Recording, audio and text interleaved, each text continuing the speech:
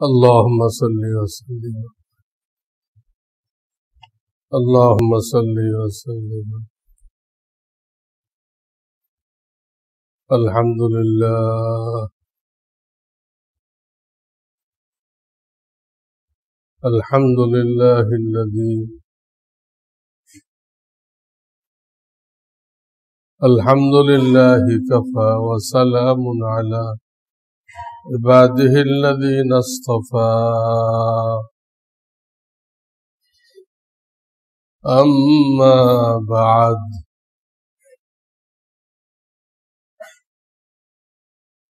فأعوذ بالله من الشيطان الرجيم بسم الله الرحمن الرحيم يا أيها الذين آمنوا كلوا من الطيبات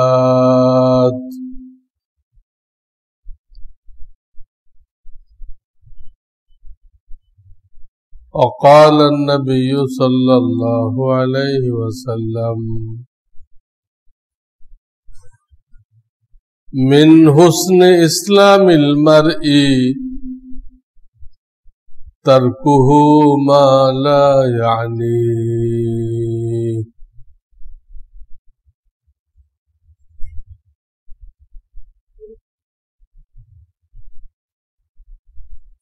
बुजुर्गान मोहतरम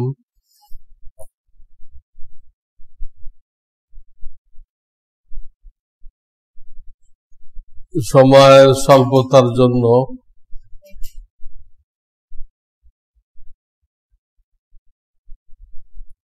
নতুন বিষয়বস্তু শুরু করতে চাচ্ছি না। ঈদের সময় সকালের ঈদের নামাজ হলো, তখন যে বিষয় নিয়ে আমি বলতেছিলাম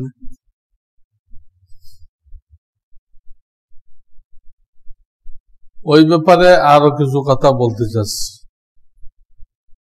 যারা আপনারা ঈদে ছিলেন তারা শুনছিলেন।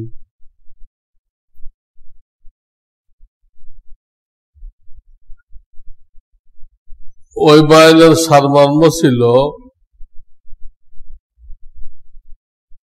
যে ইসলাম এমন কোন ধর্ম না যেখানে সবসময় গম্ভীর থাকতে হবে, কোন রকম হাসি খুশি আনন্দ বিনোদন এগুলোর কোনো সুযোগ নেই। ইসলাম এরকম না, ইসলাম এরকম নিষ্ঠুর ধর্ম না।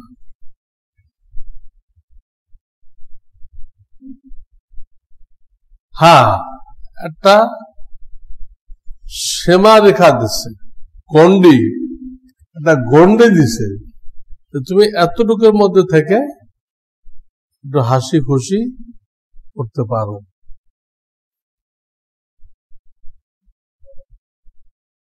এতে গুনাহ হবে না, বরং সওয়াব হবে। হাসি খুশি এর দ্বারা সওয়াব হবে। এই জন্য লক্ষ্য করলে দেখা যায় ইসলামে অনেক পর্ব এরকম রাখছে যেখানে আমাদের কিছু হাসি খুশি কিছু আনন্দ করতে বলা হয়েছে। যেমন আমরা ঈদের নামাজ পড়লাম, নিজেরা একটু ভালো খানা খাইলাম, কুলু মিনাত তাইয়্যিবাত, আল্লাহ ভালো খানা খাইতে বলেছেন, সময় সময় ভালো খানা খাও। ভালো খানাকে তোমাদের জন্য কে হারাম করছে?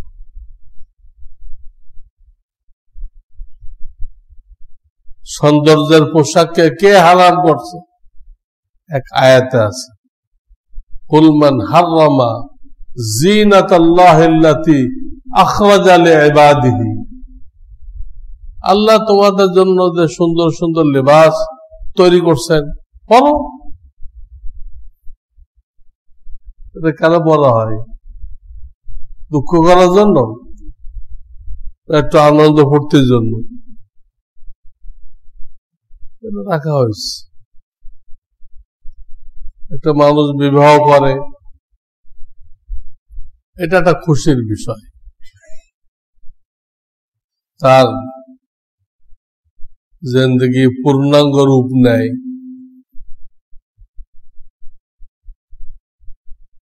একটা নূতন জগতে সে প্রবেশ করে, আনন্দিত হয়, খুশি হয়। তো আল্লাহ তাকে দায়িত্ব দিতে, তুমি তোমার আত্মীয় স্বজন বন্ধু বান্ধব তাদেরকেও খুশি করো, ধার কর্জ না করে অলিমা খাও। অলিমা খাওয়া কি আনন্দের বিষয় না? আনন্দ যায়। কাউকে আল্লাহ তাআলা সন্তান দিছে,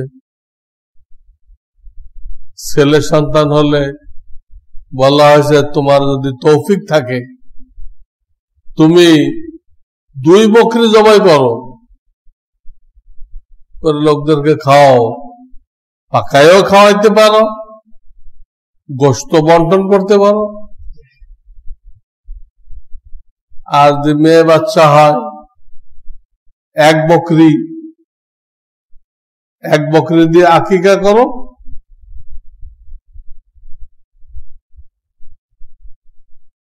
আকিকা না করলে সন্তানাদি পরবর্তীকালে দেখা যায় বাপ মায়ের উপরে অনেক জুলুম করে, বাপ মায়ের অবাধ্য হয়। আক্কুন শব্দের অর্থ হলো কষ্ট দেওয়া। আক্কুন থেকে আকিকা না করলে যেহেতু ছেলে পেলে অবাধ্য হয়, তা এই কাজটার নাম রাখা হয়েছে আকিকা।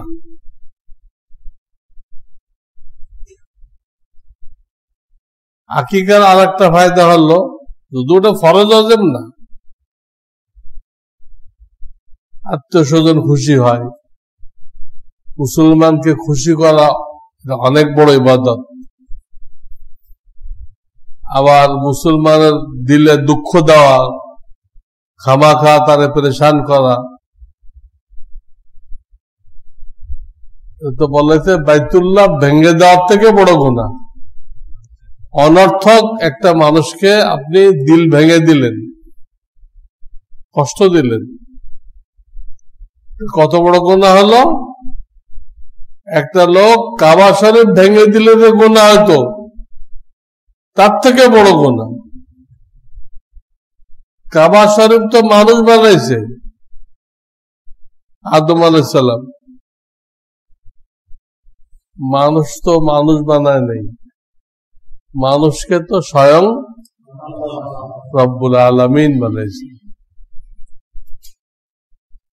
এখানেও কিছু আনন্দ রাখা হয়েছে, তাতে সে নিজেও খুশি হয়, আর আত্মীয় স্বজন বন্ধু বান্ধব তারাও খুশি হয়ে যায়। এইভাবে অনেক পর্ব ইসলামে রাখছে আনন্দ। কিন্তু কিছু কিছু যে আমরা বাড়াই লইছি, সেটা আবার গলত। কি বাড়াই লইছি আমরা? কারোর বাপ মরে গেলে খাওয়ান দিতে হবে, এটা শরিয়াতে কোনো খুশির পর্ব না। খুশির পর্ব হলে তো খাওয়ান দিতে হইতো, সবাই খেয়ে আপনার জন্য দোয়া দিত। বাপ মরে গেছে, মা মরে গেছে, কোন খুশির পর্ব হলো? এর সাথে দাওয়াত খাওয়ানোটা কোনো মিল খায় না। আমরা জবরদস্তি মিলাই। এর জন্য একটা পরিভাষা কায়েম করছে, পাবলিকরা একটা পরিভাষা কায়েম করছে। যারা কাফন দাফনে শরীক থাকে, তারা অপেক্ষায় থাকে না আমাদেরকে কবে খাওয়ানটা দিবে, অপেক্ষায় থাকে। আর একজন মুসলমান ভাই চলে গেছে, শাহী মেহমান, আল্লাহর দরবারে মেহমান হয়েছে, আপনি তাকে একটু আগাই দিয়ে আসছেন, আপনার জন্য অনেক বড় নেকি, অনেক বড় নেকি। আপনি সেই নেকিটা এক বেলা খানার জন্য কষ্ট করবেন? ঠিক না, খানার অপেক্ষা করে। যদি খানা খাওয়াইতে দেরি করে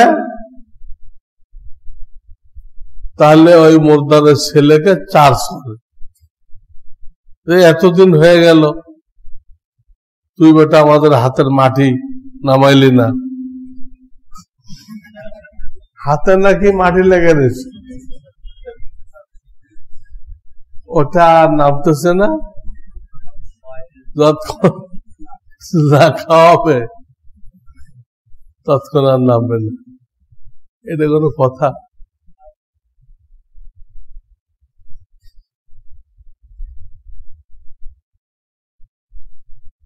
লখনৌতে একটা লোক মারা গেছে,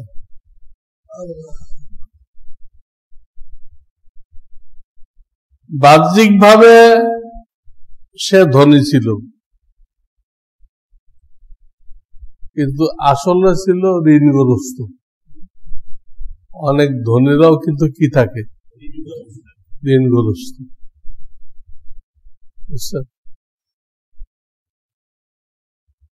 যাদেরকে আপনারা কোটিপতি ভাবতেছেন, কোটিপতি, হ্যাঁ, এরা এত ঋণী যে এদের কাছ থেকে ব্যাংকগুলো যদি ঋণের টাকা নিয়ে নেয়, নিতে তো পারবে না, নেই করতে, তারপরে ধরলাম নিয়ে নিছে, তাহলে এত নিঃস্ব হবে, এত গরিব হবে যে প্লেট নিয়ে মসজিদের গেটে বসে থাকবে।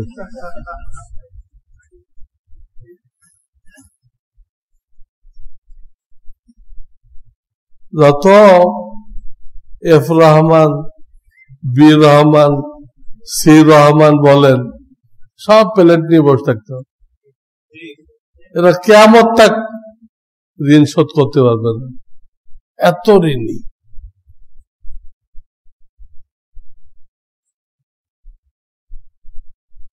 তো লখনৌতে ওই লোকটা সবাই ধনী বলে জানতো, আসলে সে ঋণী ছিল। তো সে মরে গেলে লোকজন তার ছেলেকে বাধ্য করছে, আমাদের হাতের মাটি নামাও, আমরা তোমার বাপরে কাফন দাফন করলাম। তো অনেক লোক যখন বলছে, অনেক লোক, তখন সে বাধ্য হয়ে একটা খানার ব্যবস্থা করছে। সবার সামনে খানা পৌঁছে গেছে, তখন ছেলে বলল, আপনারা 1 মিনিট থামেন, কেউ খানা শুরু করেন না।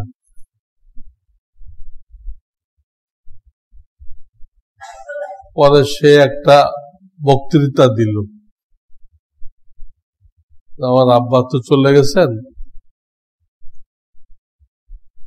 উনি এত টাকা ঋণ আমার কাঁধে রেখে গেছেন,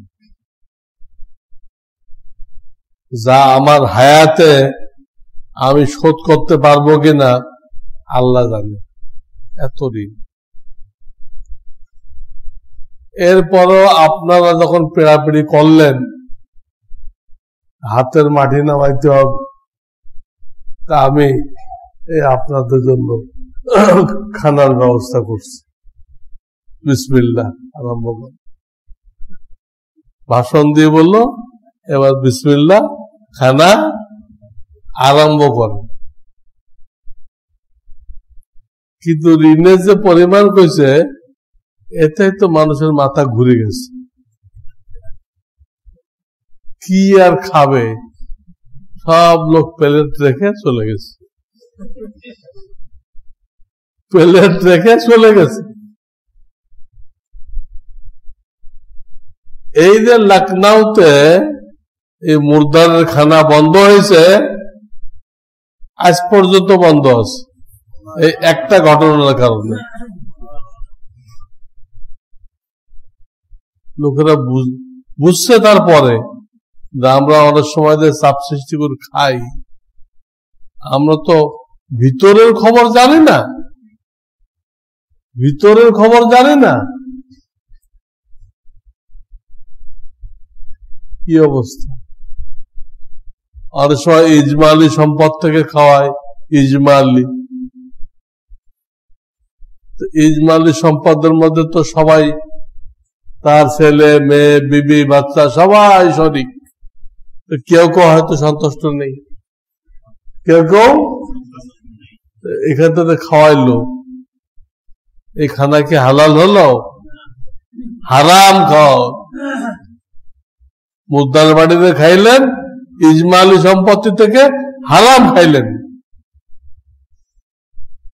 অথবা এই মুর্দারের কোন নাবালেগ সন্তান ছিল, ছেলে বা মেয়ে নাবালেগ ছিল, যাদের বয়স এখনো 15 বছর হয় নাই, এই নাবালেগ অনুমতি দিলেও ধর্তব্য না।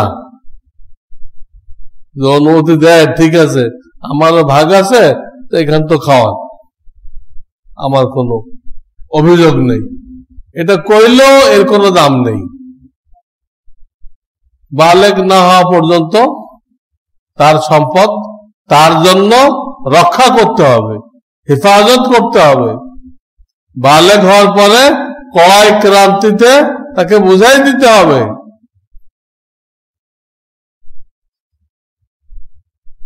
এই জন্য মুর্দারের বাড়িতে খাওয়া খুব কঠিন জিনিস। অধিকাংশ ক্ষেত্রে হারাম খাওয়া হয়, হারাম খাওয়া হয়। এই জন্য কোন কোন কিতাবে লিখছে যে মুর্দারের যে খানা খাওয়া হয়, খাওয়ানো হয়, মানুষের কলবকে মুর্দা করে দেয়। মুর্দারের খানা খায় জীবিত মানুষের কলব কি হয়ে যায়? মুর্দা হয়ে যায়। আমি অপারগ হয়ে যদি কোথাও এরকম যাই, আমি সাধারণত যাইতেই না, আমি আগে তাকে করি, খাওয়াইতেছেন এই টাকাটা কার, ইজমালি সম্পদ না কার সম্পদ। অনেকদিন আগে একটা দাওয়াতে বাধ্য হয়ে গেছিলাম যে আমি প্রশ্ন করলাম এই টাকাটা কার, ইজমালি যদি হয় আমি খাবো না। তখন সেই লোকটা বলল যে হুজুর এটা ইজমালি সম্পত্তি না, আমাদের বাপ মারা গেছে, উনিও সম্পদ রেখে গেছে, কিন্তু সেই সম্পদ থেকে এই খানাটা তৈরি হয়নি। আমার যে পার্সোনাল টাকা পয়সা, আমার যে নিজস্ব ইনকাম, ওইখান থেকে আমি এটা ব্যবস্থা করছি। দেখো যে আল্লাহ বাঁচাইছে, আল্লাহ বাঁচাইছে, এটা অন্তত গুনাহ হবে না, কারণ হক নষ্ট হবে না। হক নষ্ট করা জুলুম, জুলুম আল্লাহ নিজের উপরে হারাম করছে, তার বান্দার জন্য হারাম করছে। তোমার কোনো কথা কাজের দ্বারা অন্যের উপরে জুলুম যেন না হয়, অবিচার না হয়। তো বলতেছিলাম যে ইসলামে বৈধ বিনোদন রাখা হয়েছে, কিছু হাসি খুশি রাখা হয়েছে। হাদিসের মধ্যে পাওয়া যায় নবীজি সাল্লাল্লাহু আলাইহি সাল্লাম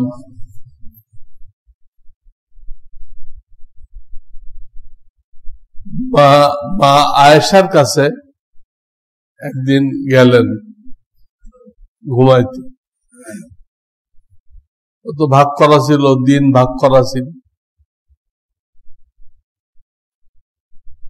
ওনাকে খুশি করার জন্য ইয়ামানের 11 জন মহিলার একটা ঘটনা আছে, বুখারী শরীফেও আছে, আবার শামাইলে তিরমিজিতেও আছে। এই 11 বিবির কিসসা নবীজি কারে শুনাইলেন? মা আয়েশা সিদ্দিকাকে শুনাইলেন।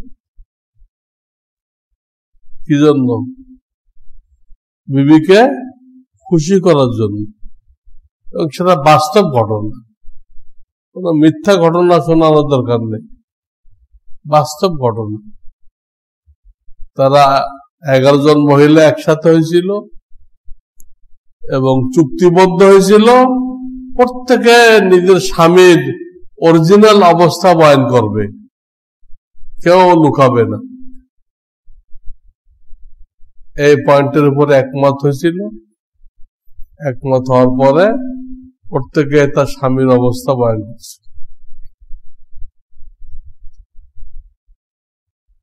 এই হলো 11 বিবির কিসসা। এই কিসসা পড়লে মহিলাদের মন মানসিকতা জানা যায়।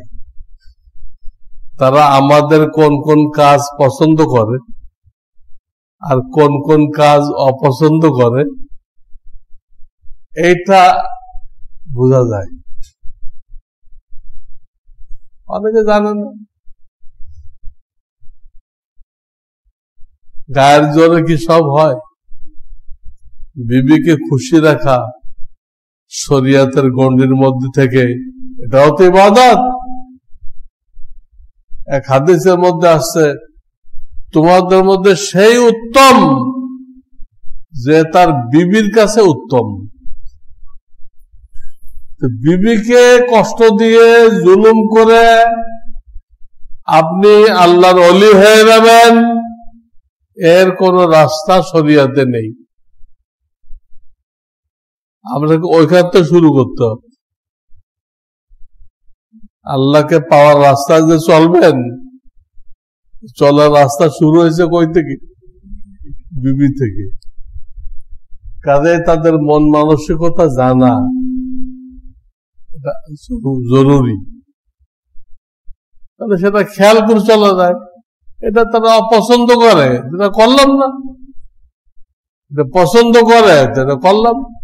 সেটা একটা লম্বা হাদিস, প্রসিদ্ধ হাদিস বুখারীতে, 11 বিবির কিসসা। তো নবীজি মা আয়েশাকে শুনাইলেন।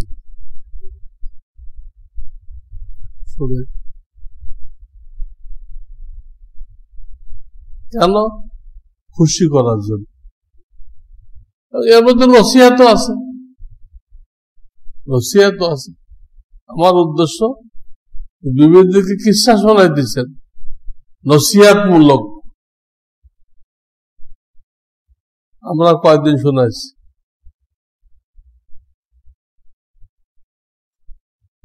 নবীজি সাধারণত মা আয়েশা ছাড়া দাওয়াত দিলে দাওয়াত কবুল করতেন না।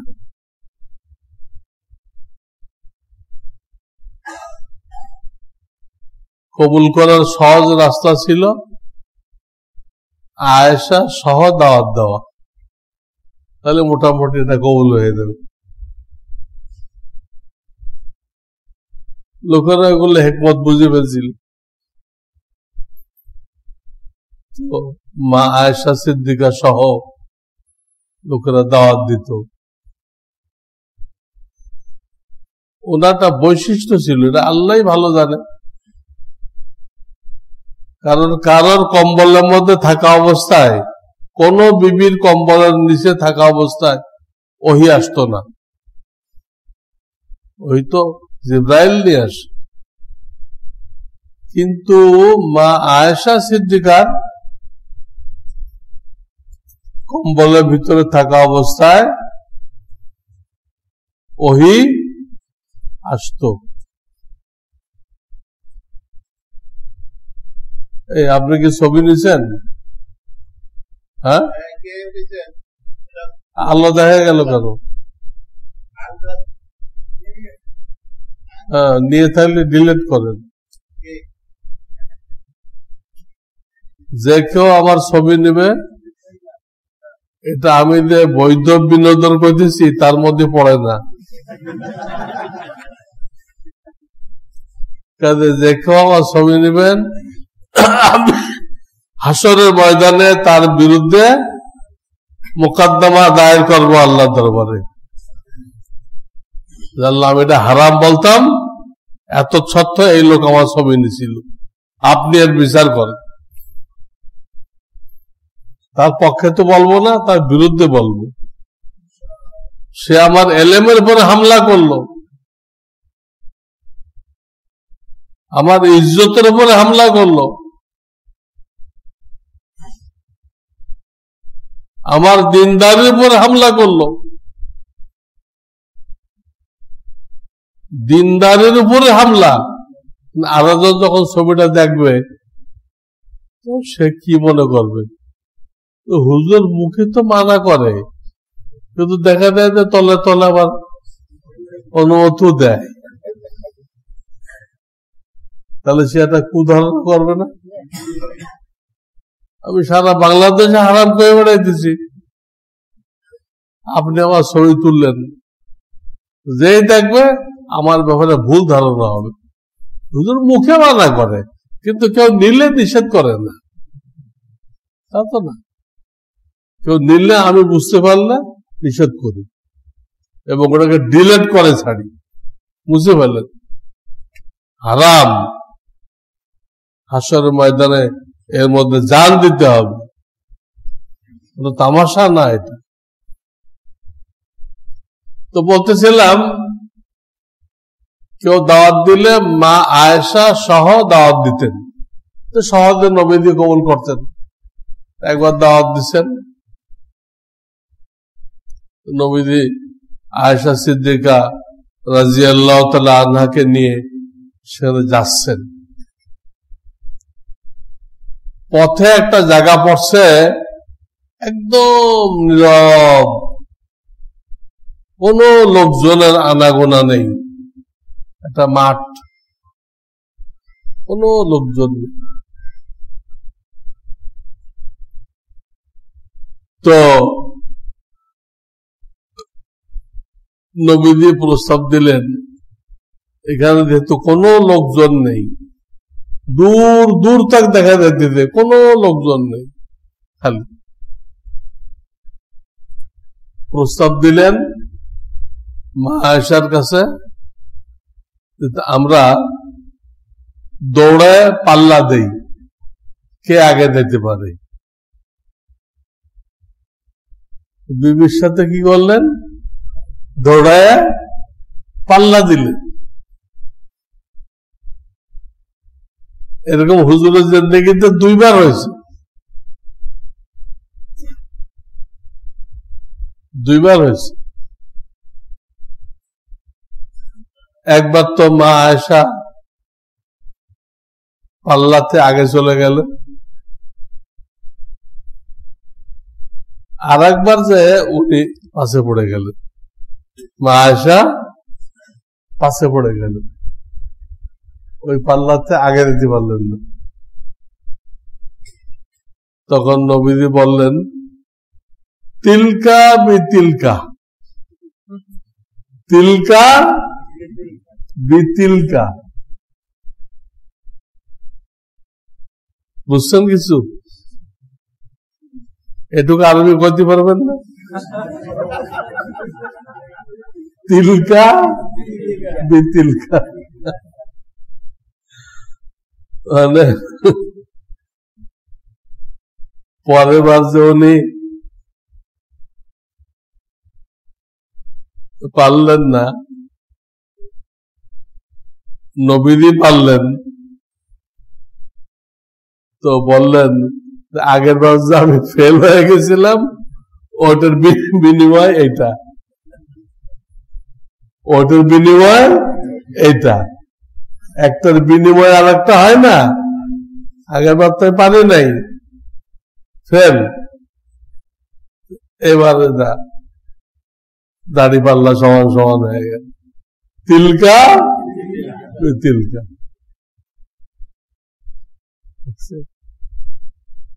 কি ধরনের ব্যবহার করতেন! একদিকে সারা দুনিয়া মাথার উপরে, সারা দুনিয়ার মানুষের দাওয়াত, तमाम জিন ইনসান,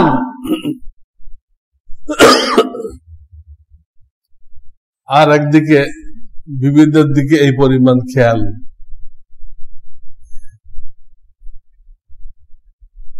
মা আয়েশা গিলাসের যেদিকে মুখ রেখে পানি পান করতেন, ওনারা তো গিলাসে খাইতেন না, কাঠের এক ধরনের পাত্র ছিল, বাটি, কাঠের বাটি ছিল। এই বাটিতে খাওয়া কোনো জরুরি না, তবে এতটুকু কিতাবে লেখে যে পানির পাত্রটা নিচের তুলনায় উপরেরটা খোলা হবে, পাত্রের নিচের থেকে উপরের অংশ কি হবে, খোলা হবে। ওই মদের বোতলের মতো না, যারা মদ খায় তাদের যে গ্লাসগুলো, ওগুলো নিচে হলো বেশি আর উপরে হলো কম, চুঙ্গার মতো। ওটা একদম শয়তানি, ওটা তো শয়তানি, সুন্নতের উল্টা, সুন্নতের একদম উল্টা। ওইরকম গ্লাসে যদি আপনাকে পানি দেয় তো পানি খাবেন না। তুমি মদের পাত্রে পানি দিচ্ছ কেন? তো মদের পাত্র, নাউজুবিল্লাহ।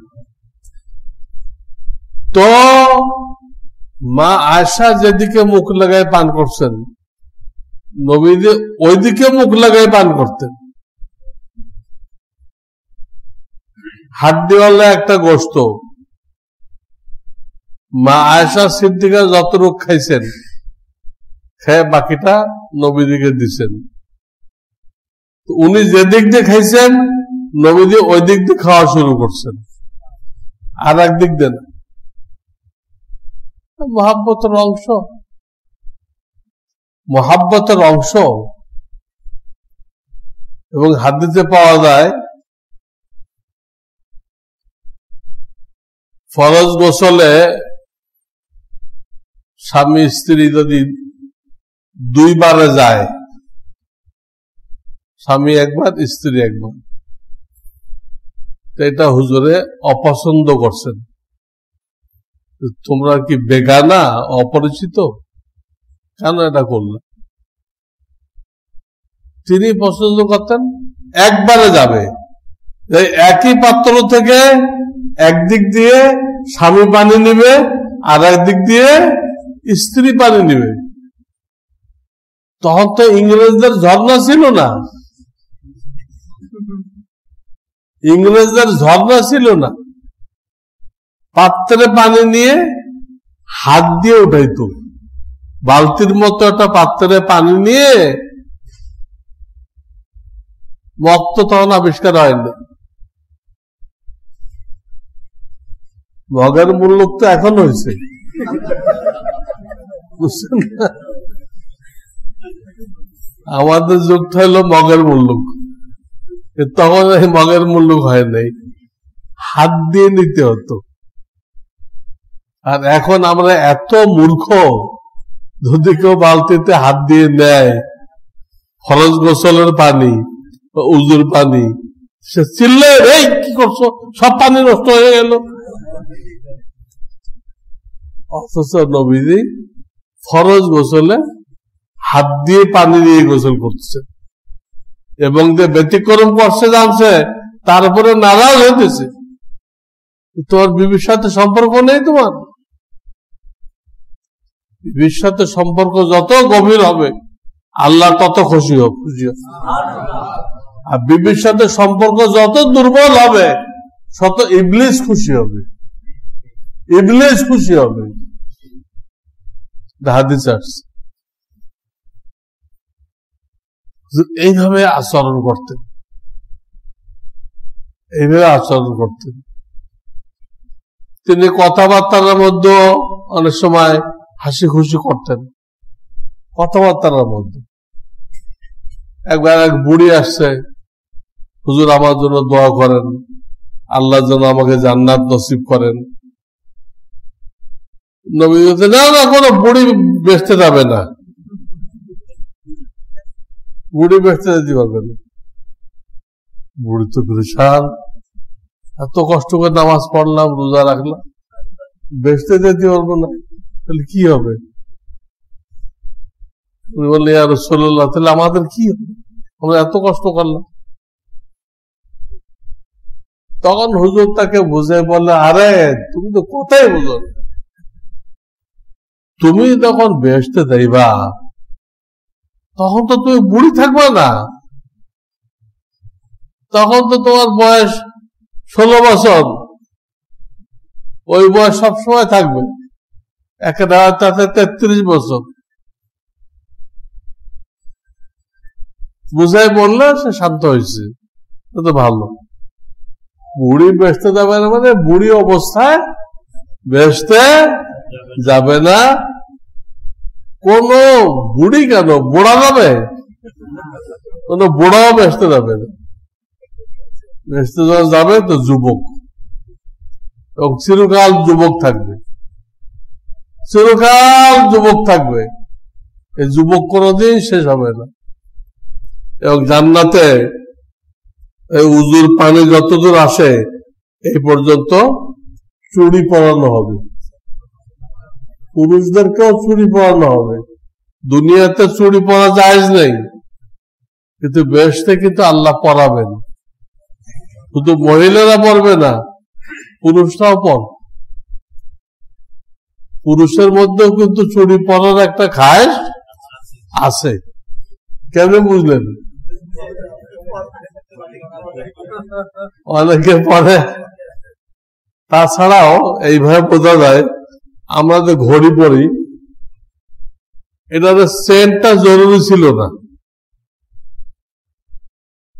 ঘড়ির বডিটা দেখে রশি দিয়ে বেঁধে দিলে হয়ে যেত। শুধু ঘড়ির বডিটা দেখে যদি রশি দিয়ে বেঁধে দেওয়া হতো, তাহলে ঘড়ি হতো না, টাইম দিত না। চেন দিয়েছেন কেন? এটা দলিল যে আপনার ভিতরে কি আছে, চুড়ি পরার একটা খায়েশ আছে। এই জন্য আল্লাহ চুড়ি পরাবে। হাদিস, তাবলুগুল হিলিয়াতু মিনাল মুমিন হাইসু ইয়াবলুগুল উযু। উযুর পানি যে পর্যন্ত গেছে, চুড়ি ওই পর্যন্ত যাবে, সেখানে হালাল। জান্নাতে পুরুষদের তো ওই হবে না, দাড়ি থাকবে না। আসহাবুল জান্নাতে জুরদান মুরদান, শরীরে পশমও থাকবে না, আবার কি থাকবে না? দুনিয়াতে তো দাড়ি আপনার জন্য ওয়াজিব, আপনার ইমানের সাইনবোর্ড, কবর আযাব মাফ করানো সাইনবোর্ড। কিন্তু জান্নাতে আর দরকার নেই, জান্নাত থাকবে না। আল্লাহর আজীব কুদরত। তো ওই বুড়িকে বুঝাই দিলেন, তো খুশি হয়ে গেল। আর একবার এক মুসাফির আসছে, তার সাওয়ারি মারা গেছে। সে উঠে চড়ে কোথাও যাইতেছে, উটটা কি হয়ে গেছে, মারা গেছে। তো নবীজির দরবারে আসছে, হুজুর আমাকে একটা, বাইতুল মালে তো গরিব গোরাবার জন্য অনেক উট থাকে, আমাকে একটা উট দিয়ে সাহায্য করেন, আমার তো দেশে ফেরার কোনো ব্যবস্থা নেই। তো নবীজি তাকে বলে, ঠিক আছে তুমি একটু সবর করো, আমি তোমাকে একটা উটের বাচ্চা দিব। আর এই লোক তো পেশার হয়ে গেছে, হুজুরে উটের বাচ্চা তো আমার কোনো কাজ হবে না, আমি এটা চড়ে বাড়ি ফিরবো, উটের বাচ্চা দিলে ও তো আমারও চড়বে, উটের বাচ্চা তো আমারও কান্দে বলে দিতে হবে, আমি তো এটা চড়তে পারবো না, সেটা আমাদের দিলে কি ফায়দা হলো। তো নবীজি তাকে বুঝাই দিলেন, আরে তুমি তো কিচ্ছু বুঝো না, আমি তোমাকে বড় উট দিব, কিন্তু বড় উট যেগুলো এখন পাওয়া যেতেছে এগুলো কোনো উটের বাচ্চা না, যেগুলো বড় উট দেখি উটের বাচ্চা না, না হাতির বাচ্চা, যত বড় হোক, আপনার দাড়ি পেকে গেছে, আপনি কি মানুষের বাচ্চা না? এইটা বুঝাইছে, উটের বাচ্চা করে বাচ্চা উট বুঝায় নাই, উঠে বুঝাইছে, কিন্তু সে বুঝতে পারে নাই। এরকম অনেক আজিব আজবে হাদিস পাওয়া যায়, দেখা যায় হুজুর কথার ভিতরে হাসি খুশি করছে, হাসি খুশি করছে, আনন্দ করছে। তাবুকের যুদ্ধে হুজুরে একটা খিমার মধ্যে বসে রয়েছেন, খিমা, তাবুটা ছোট, একজন সাহাবী দেখা করতে আসছে,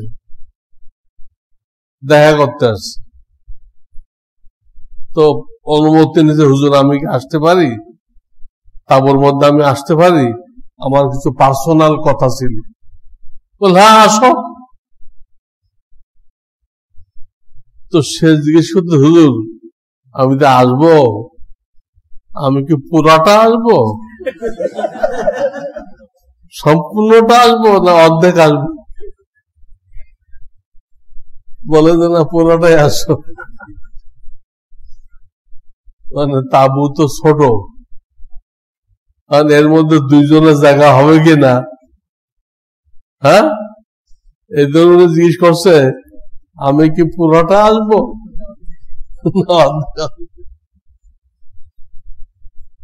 এগুলো দেখা যায় নবী আলাইহিস সালামও করছেন, সাহাবায়ে কেরামও করছেন, হ্যাঁ, যেটা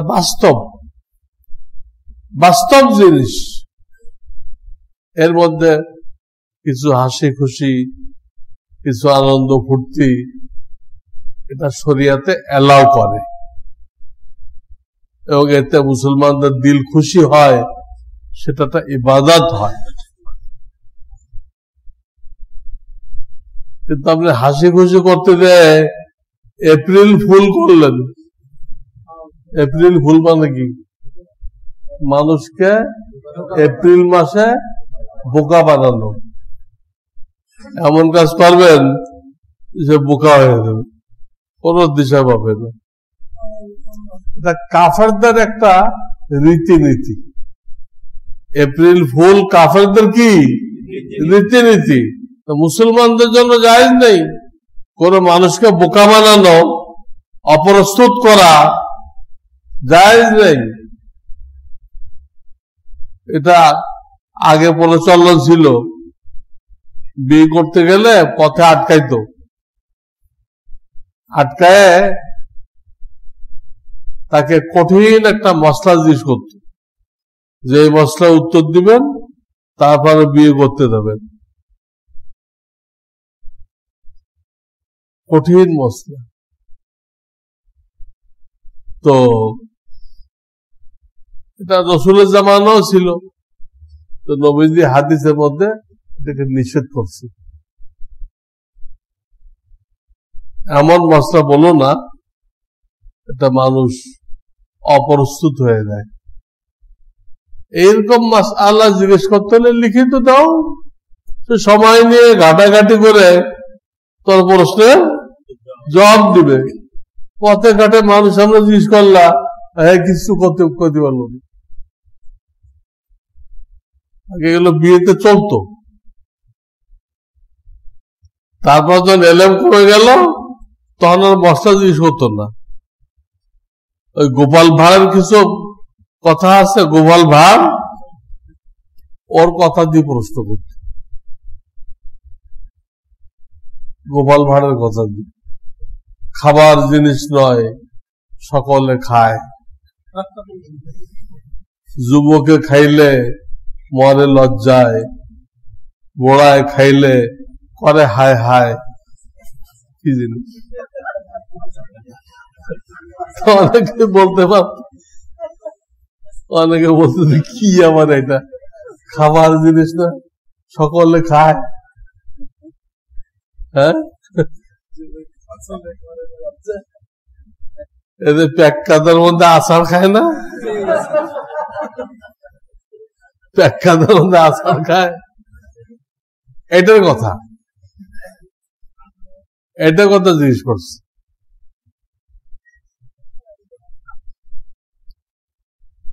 আর উর্দুতে জিজ্ঞেস করতো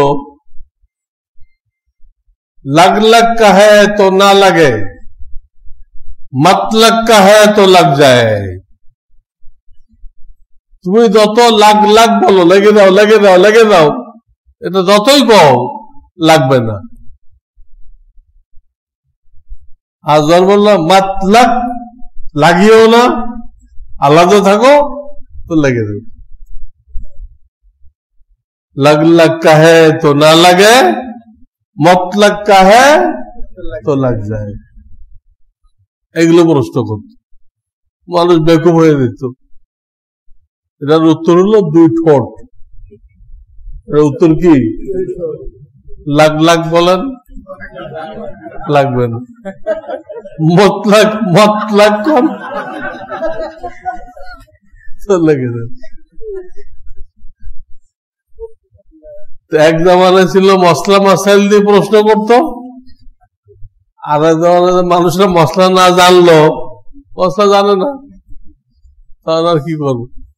এই গোপাল ভাঁড়ের কিস্সা দিয়ে এই মানুষকে লজ্জিত করত।